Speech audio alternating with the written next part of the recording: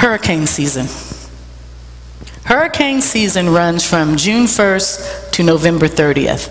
So that's true, there is no good time to take a vacation in the Caribbean unless you know between that time that it's going to be okay. It's from the Atlantic Gulf to Mexico and the Caribbean Sea.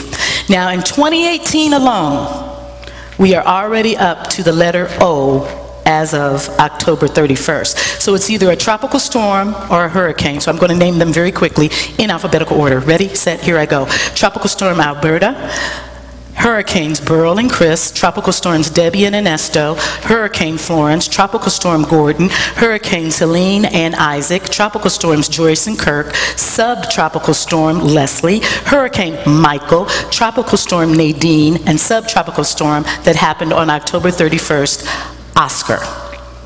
Something might have happened between now and just a few days ago too. So, little known fact, there are 6 rotating lists of names that they rotate. Names are retired on a storm if they are extremely costly and deadly. So then they retire the name. So you can almost guarantee you'll never see Katrina again. That's just a fact. We physically see the devastation of these hurricanes as we see pictures, and we can't imagine it because really we're not in it. I just thank God I'm in Cleveland and I'm probably not going to see a hurricane like that, like people see. And people always prepare for it. There are people who stay and say, I'm going to ride it out. Well, the last time it wasn't devastating, so this time it might not be. So I'm going to do what I can to protect my windows and to protect my property, but I'm going to stay here. And then they find themselves needing to be rescued. Or sometimes it's fine and they ride out the storm. As a child of God, we have seen and will see many hurricanes in our lives. You can call them storms, but sometimes, doesn't it seem like a hurricane? With the wind blowing, things flying at you from every direction. More than a storm. Devastation. Costly, sometimes deadly. We may not have a name for all of our storms, but they are just as important to us nonetheless. They are just as painful to us nonetheless. I want to take you to a story in the Bible, and the picture, thank you Bob, on the front is the story indeed. It's Mark 6, verses 45 through 52, and we're going to read it in the NIV. Mark 6, verses 45 through 52, and I'm kind of going to stand over here out of your way, Beverly, and I'm going to read, oh, I shouldn't leave. You going to stay with me? Thank you. As soon as the meal was finished, Jesus insisted that the disciples get in the boat. Please get that word, insisted. This is the MSG. This is the Message version. Can we read this one second? Will you take me backwards? We're going to read the NIV first because I like to go from the to the looser. She'll get there. Thank you, Pat. Okay. And there we are. Okay, and there we are. Immediately Jesus made his disciples get into the boat and go ahead of him to Bethsaida, where he dismissed the crowd. After leaving them, he went up on the mountainside to pray. Later that night, the boat was in the middle of the lake, and he was alone on land. He saw the disciples straining at the oars because the wind was against them. Shortly before dawn, he went out to them, walking on the lake. He was about to pass them by. But when they saw him walking on the lake, they thought he was a ghost, and they cried out, because they all saw him and were terrified. Immediately he spoke to them and said, "Take courage, it is I, don't be afraid." Then he climbed into the boat with him, and the wind died down. They were completely amazed, for they had not understood about the loaves. Their hearts were hardened, and I will explain that later. But now I want to read it in the Message when she gets there. Thank you, Pat.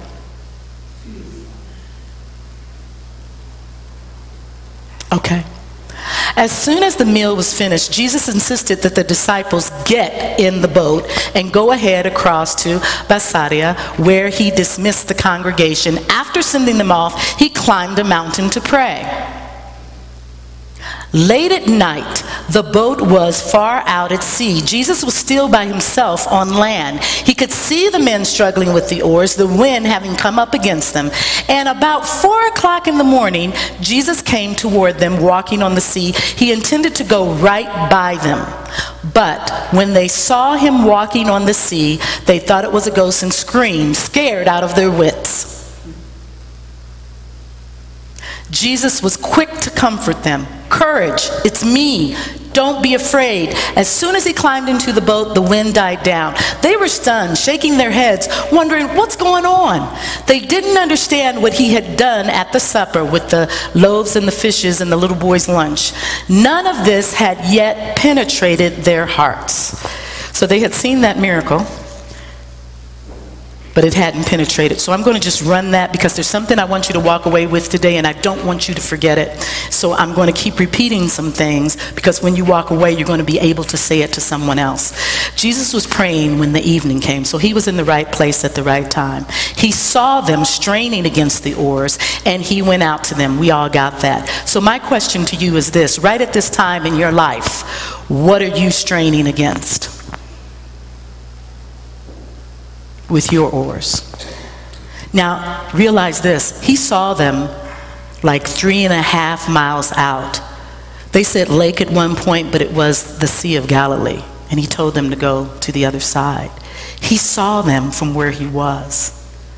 And he came out to them. He didn't bring them back in. He came out to them. He didn't tell them, hey, keep rowing, you can make it. He came out to them. And notice, he also did not take them out of the struggle that they were in.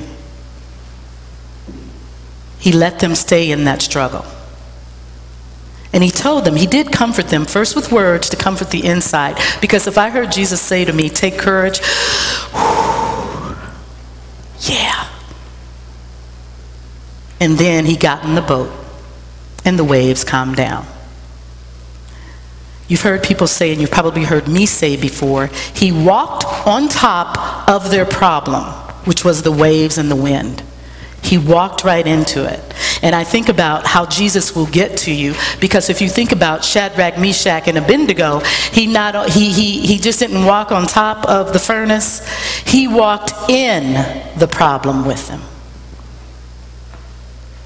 So the one thing I also want you to get is that when Jesus is coming to help you, he will go over, under, in it, through it, whatever it takes to get to you, he will get to you, and you don't have to worry. Whatever it takes.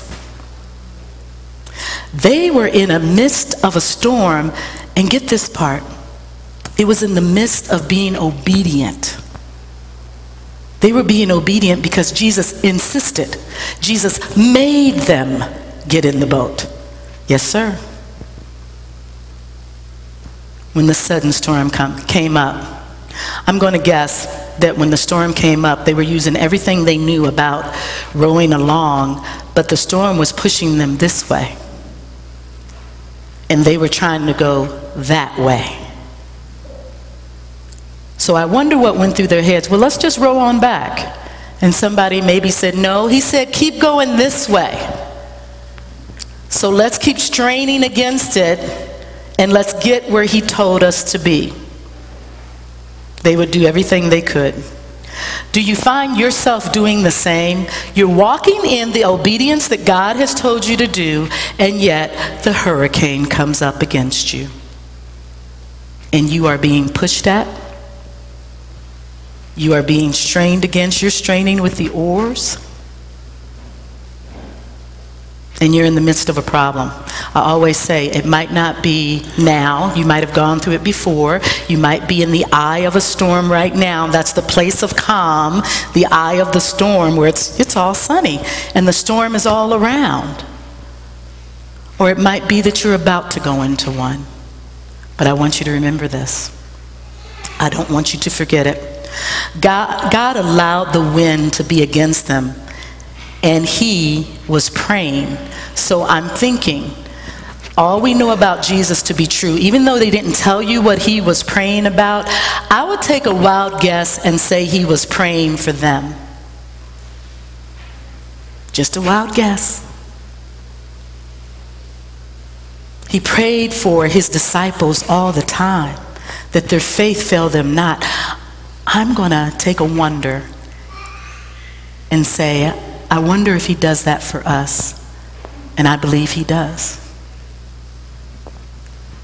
Don't let their faith fail them. Hang in there. Hang in there. How would you know that you had the faith unless it's tested? Boom, drop the mic. How would you know unless you came against? And I'll tell you this too. The more you do it, I find that the harder the next trial gets, the next hurricane gets. Oh, that was just a tropical storm. Oh, that was just a sub whatever. This is a full-blown hurricane. Because he says, you're going to realize I'm going to get you through this. I'm going to get you through this. So I put it in 4 categories. First, the first thing I want you to remember is this. Be obedient to what you're being asked to do. Be obedient to what you're being asked to do. Get in the boat. Go across to the other side. Because it all starts with obedience. And they were. Second, when you know you're in the middle of his will, when you know that you're doing what you're supposed to, because sometimes we're in a hurricane, and guess what? We put ourselves there. We put ourselves there. Of our own doing. Just like the people who stayed behind. But it doesn't mean he still won't come rescue you. But when you know you're in the middle of his will, don't turn around. Don't turn around. He can see you no matter how far off you are on the problem. Who can see 3.5 miles? Just look out right now. Who can? No one but Jesus can see that far away, and there's a raging storm going on. So this is a supernatural thing. And only he would be able to do it. None of your friends, not any psychics, not anybody else is going to be able to help you, because Jesus can see in the far off. He sees you. Get this point. He let them strain for a while. He saw it on the far off, and then they said, and then later he went and started walking on the water. So he could have gone immediately, just like he can come into your problem immediately, but no, he wants you to strain against the wind, strain with the oars, strain in the problem for a little while to say, Lord, I trust you. I know you're going to get to me. I know you're going to get here. So he's going to let you strain for a while to see if you trust him to get you through it. Shortly before dawn, when he walked out to them, it was shortly before dawn. I'm like, Lord, really? I've really never read that much before until I was like reading it now. He didn't go immediately. Third, now that Jesus can, know that Jesus can and will not only walk on your problem of a hurricane or your storm, but he'll climb into the boat with you. And you've heard that said before. He will calm you, but he will also calm the storm. He didn't just calm the storm, he calmed them first. There was an order to that. I'm going to calm you down first, and then I'm going to take care of this. Trust me. Trust me. Fourth, believe, recognize he is the Son of God. Do you know they didn't believe it? They didn't believe it. They saw him feed all those people, which we've estimated it's about 15,000 once you put in children and women and everybody else. And yet they're like, I don't recognize him. That's why their hearts were hardened. And that's why they were amazed when he walked on the water. Because if they knew he was the Son of God, they wouldn't have been amazed. They would have expected it. Have you come to the point in your life where certain things he does, you just expect him to because you know it's true of him? You're grateful, it makes it no less wonderful, but you want to be awed by him. But no, you've seen him do it before in your life. Why wouldn't he do it now? Unless he's having you strain against the oars a little more.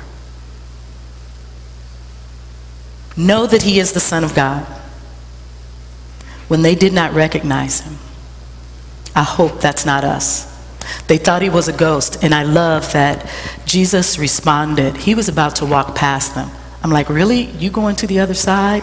And they thought he was a ghost? He was about to walk past them. Then they cried out. They cried out in fear. But isn't that what makes us cry out many times? Fear. Fear of, Lord, there's nothing else I can do. Help me, please.